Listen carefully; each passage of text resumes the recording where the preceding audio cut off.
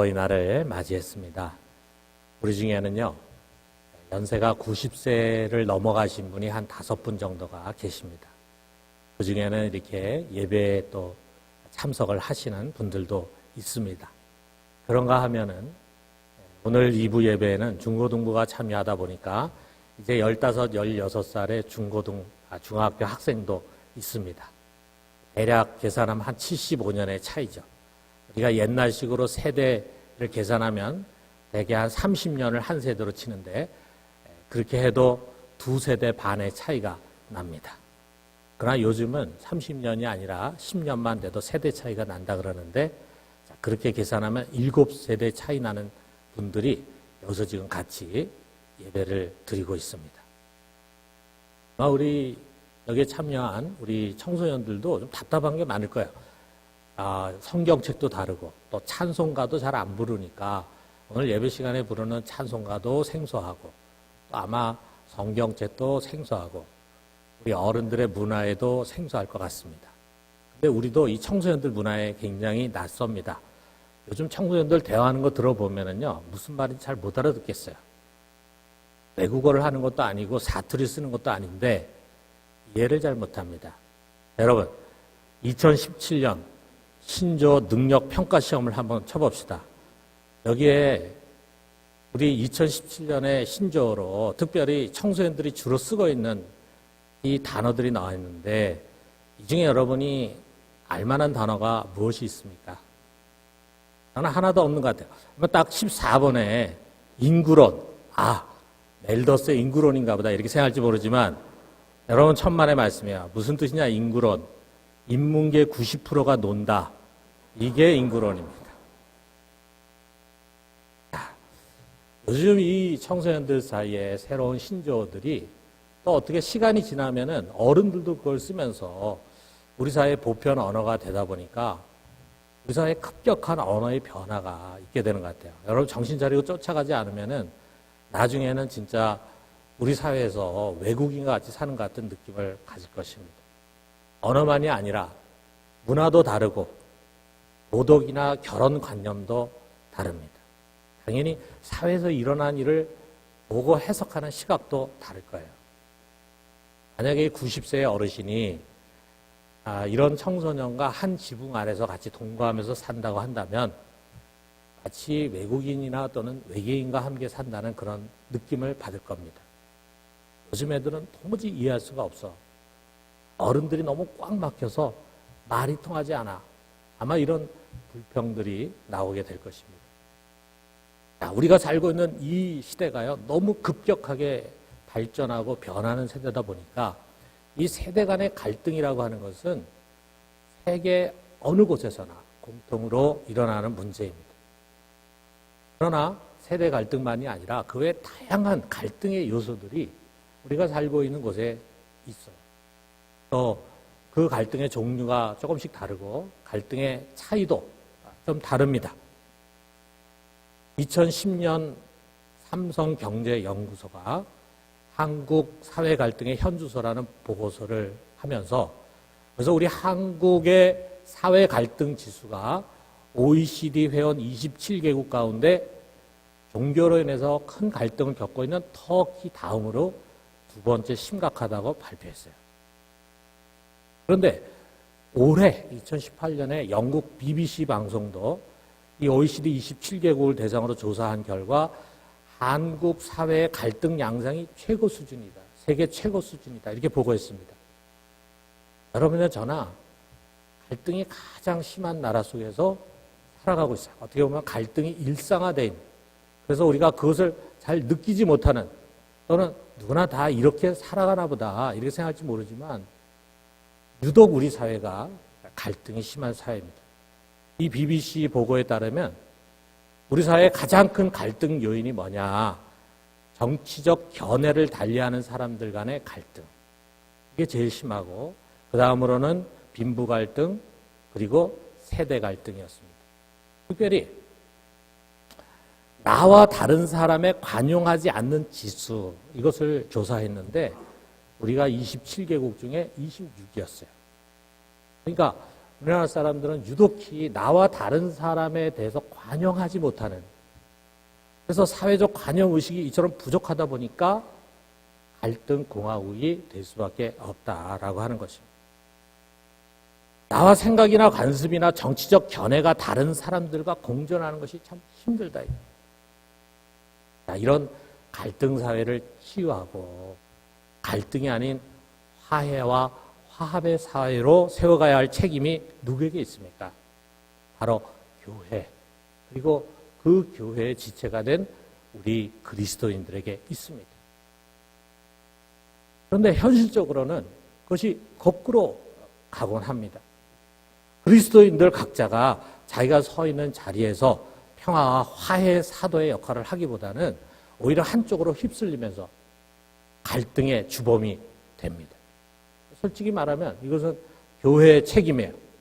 교회 안에서 먼저 지체들 간의 갈등의 요소를 잘 극복하고 화평을 이루도록 훈련을 하고 평화를 가르쳐서 세상에 나아가서 그 세상 속에서 교회에서 배운 대로 피스 메이커가 되도록 도와줘야 하는데 이걸 잘 못하고 있어요.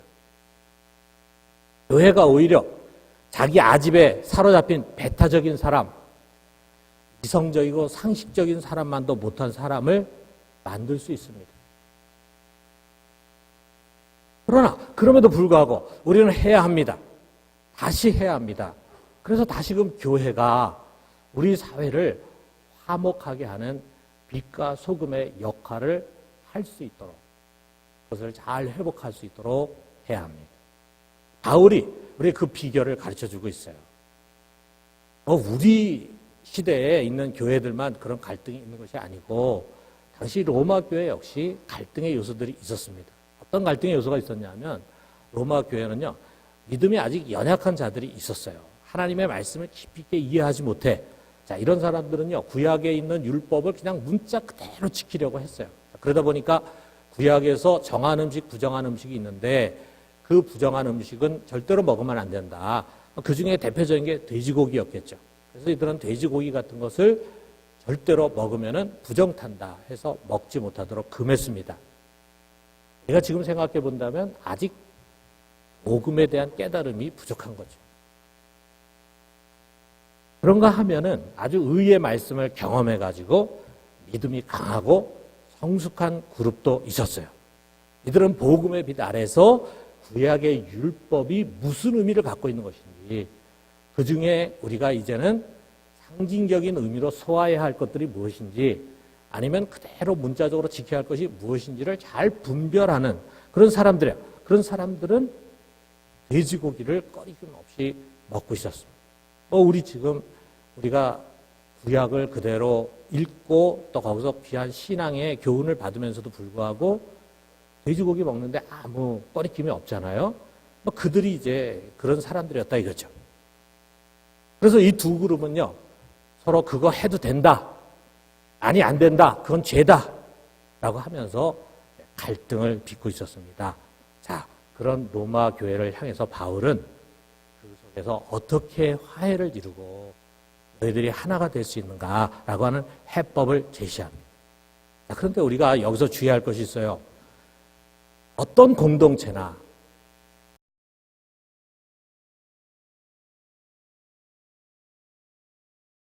또 분명히 경계라고 하는 것이 있어요. 거길 넘어서서는 안 됩니다. 가령 바울의 경우에는요, 이단적인 가르침에 있어서는 아주 단호했습니다. 성적으로 문란한 행위를 계속 반복해서 하는 그런 사람은 출교시켜야 된다. 이렇게 고린도 교회에 또 명했습니다. 이들은 누룩과 같이 공동체 신앙과 윤리를 오염시켜가지고 교회를 어지럽힐 수 있는 자들입니다. 교회가 그 본질을 지키고 교인들을 보호하기 위해서는 필요한 때 이런 권징을 단호히 시행할 수 있어야 합니다. 그러나 교회의 갈등이라고 하는 것들이요, 사실은 대부분 이 경계 안에서 일어나는 일들입니다. 자, 그렇다면 이런 경계 안에서 일어나는 갈등들을 우리가 어떻게 극복할 수 있을까? 바울의 답은 간단합니다. 예수님처럼 하자라고 하는 거예요. 예수님은 어떻게 하셨는가라고 하는 것을 보고 그것을 본받자. 거기에 열쇠가 있다. 바로 이것입니다. 여기 5절에 보니까 이제 인내와 위로의 하나님이 너희로 그리스도 예수를 본받아 서로 뜻이 같게 하여 주사 그랬어요. 예수 그리스도를 본받으면 된다. 그러면 우리가 서로 다른 가운데서도 사실 잘 화합해서 하나가 될 수 있다. 자, 그렇다면 예수가 어떻게 하셨는가? 세 가지로 우리에게 가르쳐 주십니다. 첫째로는 뭐냐면 강한 자가 약한 자의 짐을 지는 것입니다. 자, 우리 1절에 있는 말씀을 우리 같이 한번 읽어보도록 합시다. 믿음이 강한 우리는 마땅히 믿음이 약한 자의 약점을 담당하고 자기를 기쁘게 하지 아니할 것이라 그랬어요. 여러분, 화평을 이루는 주도권은요, 항상 약자에게 있는 것이 아니라 강자에게 지어져 있습니다.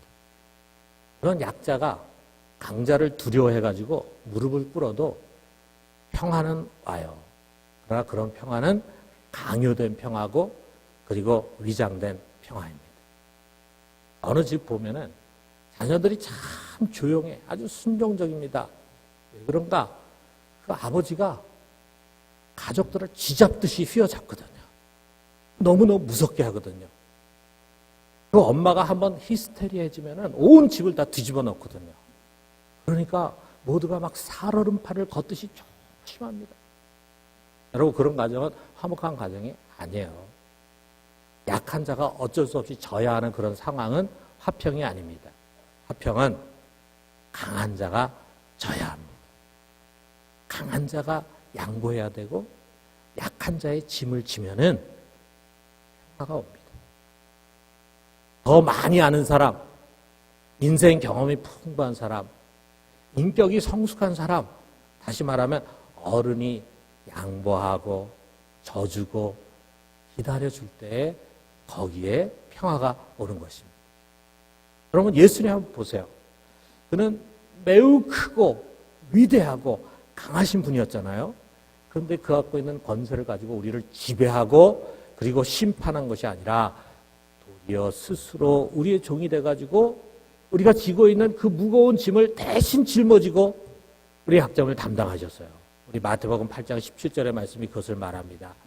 이는 선지자 이사야를 통하여 하신 말씀에 우리의 연약한 것을 친히 담당하시고 병을 짊어지셨도다 함을 이루려 하십니다. 예수님 그렇게 하셨습니다. 여러분, 우리도 주님을 닮읍시다. 여러분, 가정에 힘 있는 사람이 있잖아요. 우리 가정마다 보면은 힘 있는 사람이 있어요. 밖에서 보면 잘 몰라요. 근데 그 안에 있는 가족 구성원은 잘합니다. 누가 힘 있는 사람인가? 남편이 경제권을 쥐고 있으면요, 남편이 힘이 있습니다. 그런데 그 남편이 이제 은퇴해가지고 경제권을 잃어버리고 경제권이 부인에게 넘어가면요, 부인이 힘이 있습니다. 남편보다 부인이 돈을 더 많이 벌면은 그 가정 보면은 여자 목소리가 커요. 부모가 힘이 있어가지고 자식을 도와주면은 부모가 힘이 있습니다. 그런데 자식이 힘이 있어가지고 부모를 봉양하면은요, 자식들의 목소리가 큽니다. 그럼 우리가 보면은 가정 안에서도 이 힘의 관계라는 게 보이지 않게 있거든요. 근데 여러분, 가정의 평화라고 하는 것은요, 힘 없는 사람이 굴복할 때 가정의 평화 오는 게 아니에요. 힘 있다고 생각하는 사람이 져줘야 합니다. 힘 있는 사람이 힘 없는 가족을 배려해주고 칭찬해주고 길을 살려주고 격려해주고 네가 나보다 낫다 이렇게 하면서 끌어안을 때 그 가정에 평화가 오는 거예요. 그럼 혹시 이 설교를 듣는 여러분 중에 가만히 생각해보니까 내가 우리 가정에 제일 힘있는 것 같다. 그럼 여러분 이제부터 져주세요. 여러분의 가정에 연약한 자들의 짐을 여러분 대신 지세요. 그러면은 가정은 파라다이스가 됩니다. 여러분, 교회에서도 여기 오늘 권면하시는 것처럼 믿음이 강한 자가 믿음이 약한 자의 짐을 져야 합니다. 믿음이 장성한 사람이 져주는 거예요. 목사가 지고 중직자가 양보하는 것입니다. 거기에 평화가 있어요. 예수라는 지식과 신앙을 가진 성도 여러분, 여러분 삶의 자리 세상에서 안 믿는 자들에게 양보하십시오. 여러분 지는 것이 이기는 것입니다. 때로 우리가 지고 약점을 끌어안고 우리 연약한 자들의 짐을 대신 질 때는요, 참 어려운 일들이 많이 있죠. 힘들고 고난스러운 일들이 있죠. 그렇기 때문에 여기에 뭐라 그랬냐면 위로와 또한 인내의 하나님이다. 그가 너에게 위로와 인내를 주실 것이다. 소망을 주실 것이다. 라고 하는 것을 말씀하십니다. 우리가 그렇게 할 때 하나님의 위로가 넘치고 우리가 몸담고 있는 공동체가 평화로운 공동체로 세워지게 되는 것입니다. 우리 모두가 그렇게 할 수 있게 되기를 주님의 이름으로 축원합니다. 자, 둘째로는 이웃을 기쁘게 하는 것이다. 자, 2절에 있는 말씀 우리 같이 한번 읽어봅시다. 우리 각 사람이 이웃을 기쁘게 하되 선을 이루고 덕을 세우도록 할지니라. 그랬어요. 여러분, 우리가 경험한 바 또는 우리 주위에 일어나고 있는 갈등이나 다툼의 원인을 들여다보면요, 다른 것 없습니다. 뭐 겉으로는 그럴듯한 명분을 내걸지만 사실 그 속은요, 자기 중심이에요. 자기 중심. 자기 이익을 우선하고 자기 명예와 권리를 앞세우고 자기 자존심을 지키려고 하는 것입니다. 이런 자기들이 서로 부딪히면서 다툼이 일어나는 거예요. 만일 여기서 자기가 아니라 상대방을 앞세우고 이웃을 앞세운다면 어떻게 되겠습니까? 서로가 남의 이익을 우선한다면 어떤 결과가 주어지겠습니까? 여러분 말할 나위도 없죠. 엉켰던 실타래가 금방 풀어집니다. 여러분 예수님 보세요. 여기 3절에 뭐라 그랬습니까? 그리스도께서도 자기를 기쁘게 하지 아니하셨나니 기록된 바 주를 비방하는 자들의 비방이 내게 미쳤나이다 함과 같으니라 그랬어요. 이것입니다. 주님은 자기가 아니라 남을 기쁘게 하는 길을 가셨어요. 그분께서 이렇게 우리와 같은 종의 형체를 입고 이 세상에 오신 것도 그렇고 대신 비방당하시고 대신 얻어맞으시고 마지막에는 대신 죽으셨잖아요. 누구 때문입니까? 누구를 위해서입니까? 우리를 위해서입니다. 이웃을 위해서이고 남을 위해서입니다. 여러분 참 어렵죠? 솔직히 신앙에서 이게 제일 어렵습니다. 여러분 우리가 예수님 믿는다고 하지만 바로 이 지점에서 우리는 예수님과 정반대의 길을 가기가 쉽습니다. 자기를 부인하고 자기 십자가를 지고 주님의 뒤를 쫓지 않아요. 여전히 자기를 앞세워요. 심지어는 하나님의 일을 해. 자기 시간을 들이고 자기의 물질을 들여서 하나님의 일을 하는데 가만히 보면은 자기 만족, 자기 기쁨의 동기에서 하고 있어요. 무섭지 않습니까, 여러분? 여러분 우리가 교회 안에서뿐만이 아닙니다. 그리스도인으로서 가정이나 직장에서도 사회의 문제를 대하는 태도에 있어서도 마찬가지입니다. 우리 그럴듯한 명분 뒤에 보이지 않게 자기를 앞세우기 때문에 우리가 갈등의 치유자가 되는 대신에 도리어 갈등의 주범이 되는 거죠. 그러므로 여러분 예수 그리스도께서 하신 것을 바라봐요. 조이 있잖아요. 조이. 우리 교회 조이 프로그램 있잖아요. 근데 이 조이가 무슨 뜻입니까?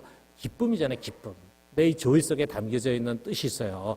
J는 뭐냐면 Jesus first. 예수님이 제일 먼저고 그 다음에 누굽니까? other second이에요.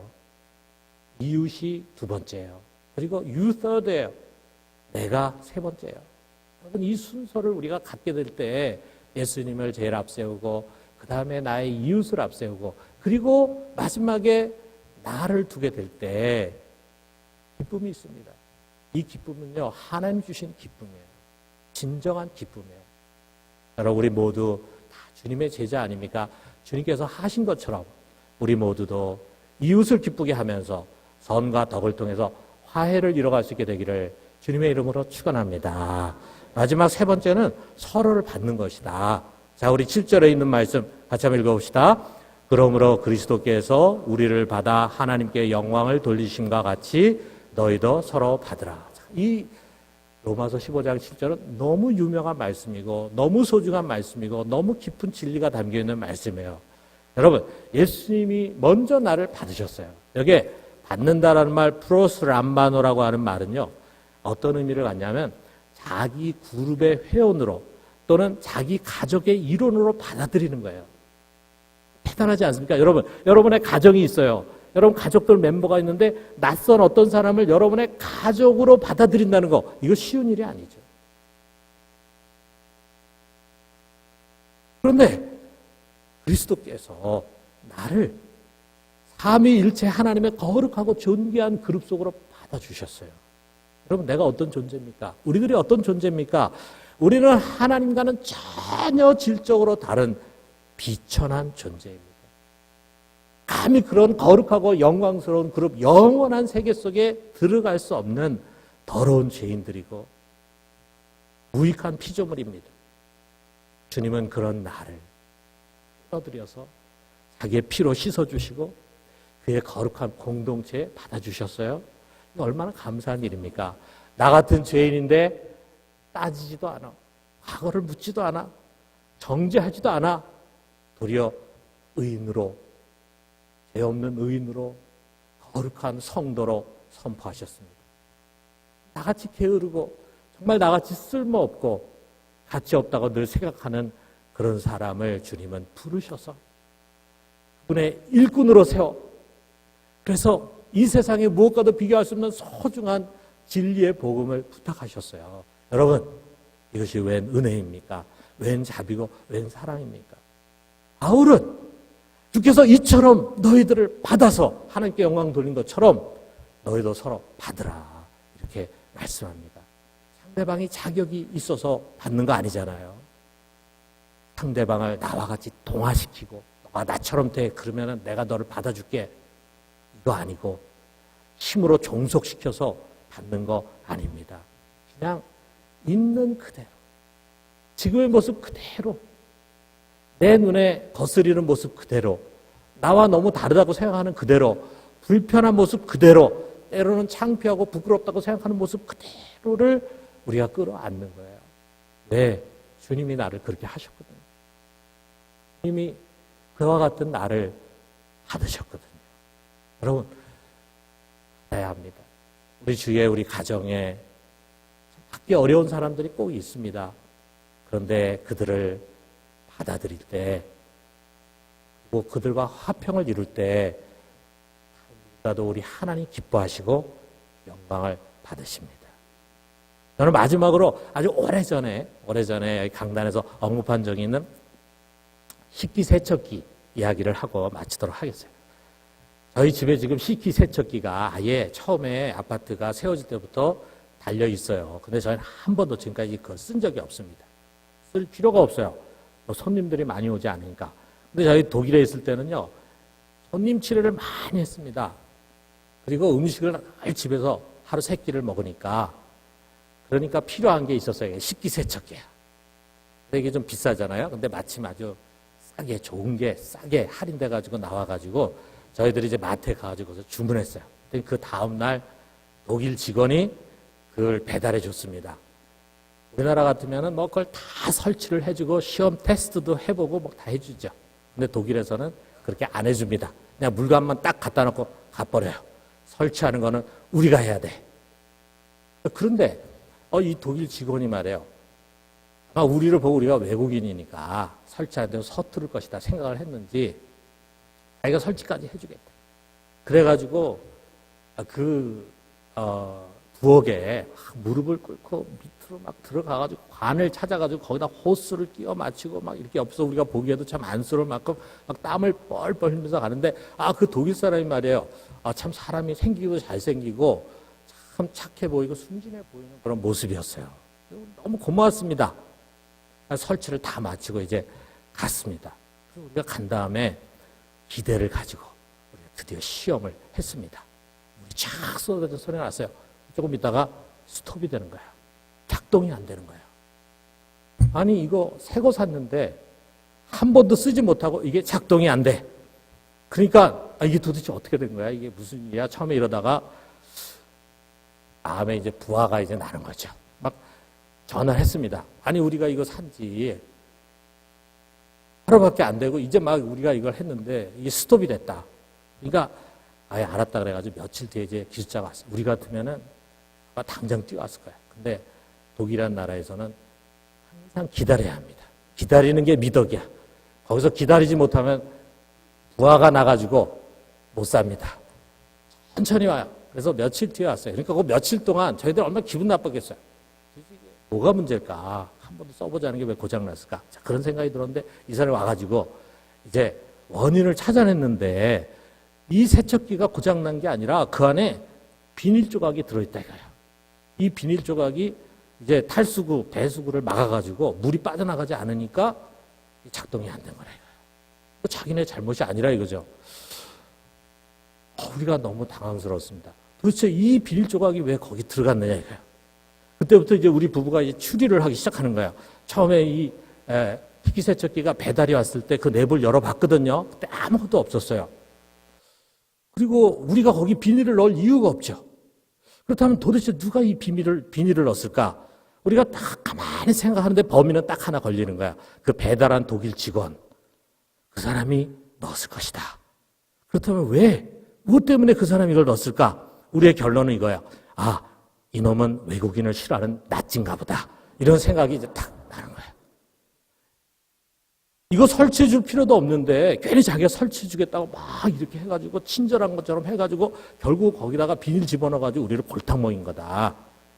그러니까 그때 설치할 때까지만 해도 참 사람이 독일 사람이 친절해 보이고 선해 보인 그런 얼굴이 갑자기 아주 사악한 모습으로 떠오르기 시작했습니다.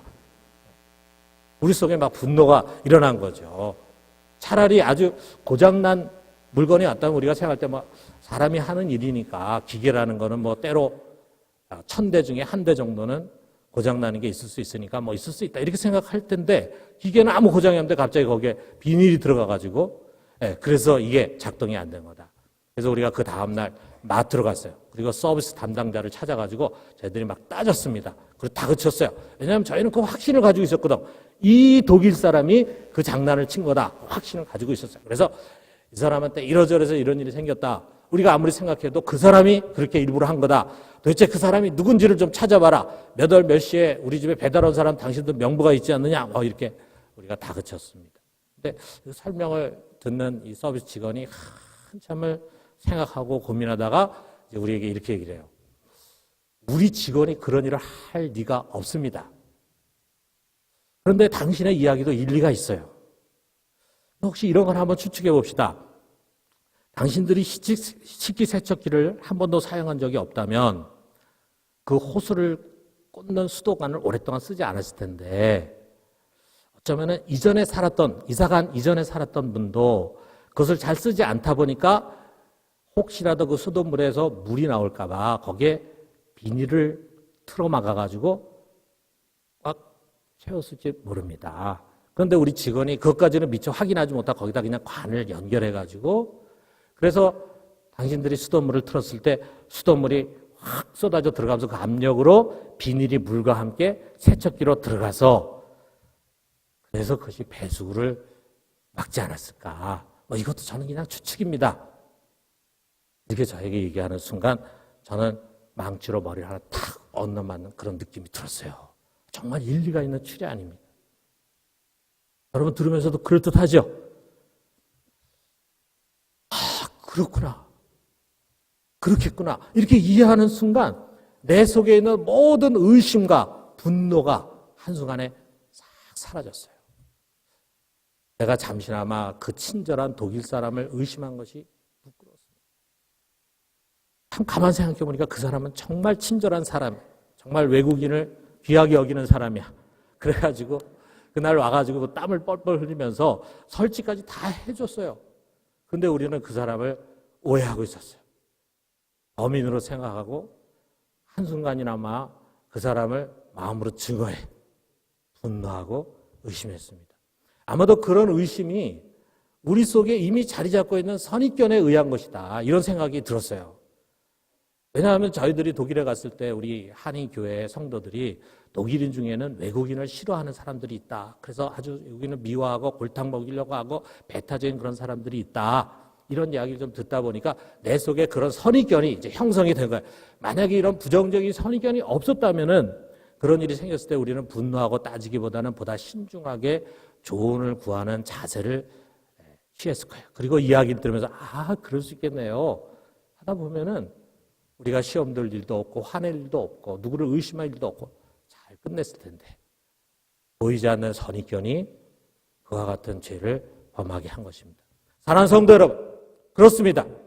어쩌면 서로에 대한 왜곡된 선입견, 그것이 서로를 오해하게 만들었을지 모릅니다. 그 사람 그렇게 나쁜 사람 아니에요. 그 사람 그렇게 크게 잘못한 거 아니에요. 그런데 알게 모르게 선입견이 그렇게 해석하도록 만들었을지 몰라요. 어쩌면 내 생각이 옳다고 하는 아집, 내가 많이 알고 있고 내가 잘하고 있고 내가 믿음이 좋다고 하는 그 교만이 상대방의 말을 들으려고 하지 않고 상대방을 이해하지 못하고 받지 못하고 그를 가로막고 그리고 마침내 그에게 상처를 주었을지도 모릅니다. 여러분, 우리 마음을 엽시다. 여러분이나 저나 모르는 것이 너무도 많습니다. 여러분, 우리의 생각과 이해를 넓힙시다. 여러분이나 저나 너무나 흠이 많고 부족한 자들입니다. 이런 부족한 나를 주님께서 아무 조건 없이 끌어안으시고 받아주신 것처럼 우리도 서로 받읍시다. 그래서 우리 모두가 이러한 서로 받는 훈련을 통해서 이제 세상에 나아가서 주님과 같이 피스메이커, 화해의 사도들이 될 수 있기를 주님의 이름으로 축원합니다.